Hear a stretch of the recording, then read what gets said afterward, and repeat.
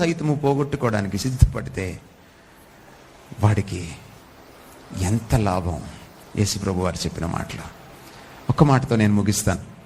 CS Louis Oxford యూనివర్సిటీలో ఒక మహామేధావి, ఒక గొప్ప నాస్తికుడు.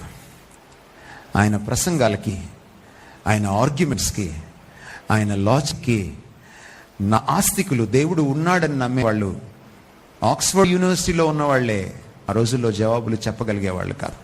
మీకు కూడా తెలుసు సిఎస్ లూయిస్, కానీ మీకు తెలిసిన సంగతి మీకు తెలియదు. అదే తేడా. నార్నియా వరల్డ్ మీరు చూసుంటారు కదా. నార్నియాలో అస్లాన్ సింహం, the lion, the witch and the wardrobe. CS Lewis 1940s రాశాడు ఈ నవల.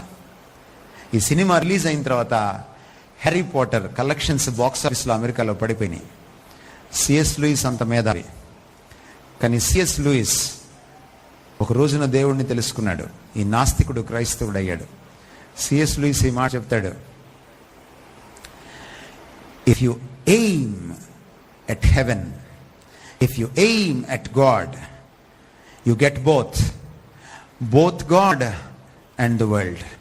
నువ్వు దేవుణ్ణి వెతుకు, నువ్వు పరలోకాన్ని వెతుకు, నువ్వు పైనున్న వాటిని వెతుకు, అది దొరుకుతుంది, ఇది దొరుకుతుంది. మొదట దేవుని రాజ్యమును నీతిని వెతకండి, అప్పుడు అవన్నీ మీకు అనుగ్రహించబడను.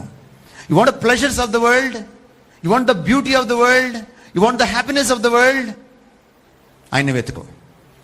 నీకు ఆయన దొరుకుతాడు, లోకము దొరుకుతుంది. రెండో లైన్లో సిఎస్ లూయిస్ అంటాడు, అలా కాకుండా నువ్వు లోకాన్నే వెతుకు, aim at the world, you miss both అంటాడు. నువ్వు లోకము దొరకదు ఒక రోజున, దేవుడు కూడా దొరకడు ఒక రోజున. లోకం ఎప్పుడు కూడా నువ్వు బాగున్నప్పుడే నీతో ఉంటుంది. నువ్వు ఎప్పుడైతే కష్టంలోకి వెళ్తావో నిన్ను వెక్కిరిస్తుంది, నీకు వెన్ను చూపిస్తుంది, నిన్ను వెన్నుప్పుడు పొడుస్తుంది, పక్కకు వెళ్ళిపోద్ది. దేవుణ్ణి వెతికినవాడు దేవుణ్ణి లోకాన్ని సంపాదించుకుంటాడు.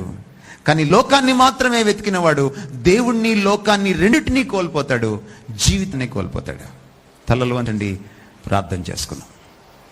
మా ప్రేమ కలిగి తండ్రి, నీ పాదాలకు వందనాలు. నాయన, వెతకడం మాకు నేర్పించండి, నిన్ను వెతకడం మాకు నేర్పించండి. నువ్వు సమీపంగా ఉండగానే నిన్ను వెతకడం మాకు నేర్పించండి. నిన్ను వెతికి